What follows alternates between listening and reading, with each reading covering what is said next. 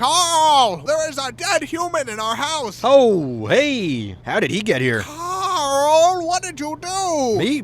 I didn't do this. Explain what happened, Carl. I've never seen him before in my life. Why did you kill this person, Carl? I do not kill people. That is my least favorite thing to do. Tell me, Carl, exactly what you were doing before I got home. All right, well, I was upstairs. Okay. I was sitting in my room. Yes. Reading a book. Go on. And, this guy walked in. Okay. So I went up to him. Yes. And I stabbed him 37 times in the chest. Carl, that kills people. Wow, I didn't know that. How could you not know that? Yeah, I'm in the wrong here. I suck. What happened to his hands? What's that? His hands. Why are they missing? Well, I kind of cooked them up and ate them.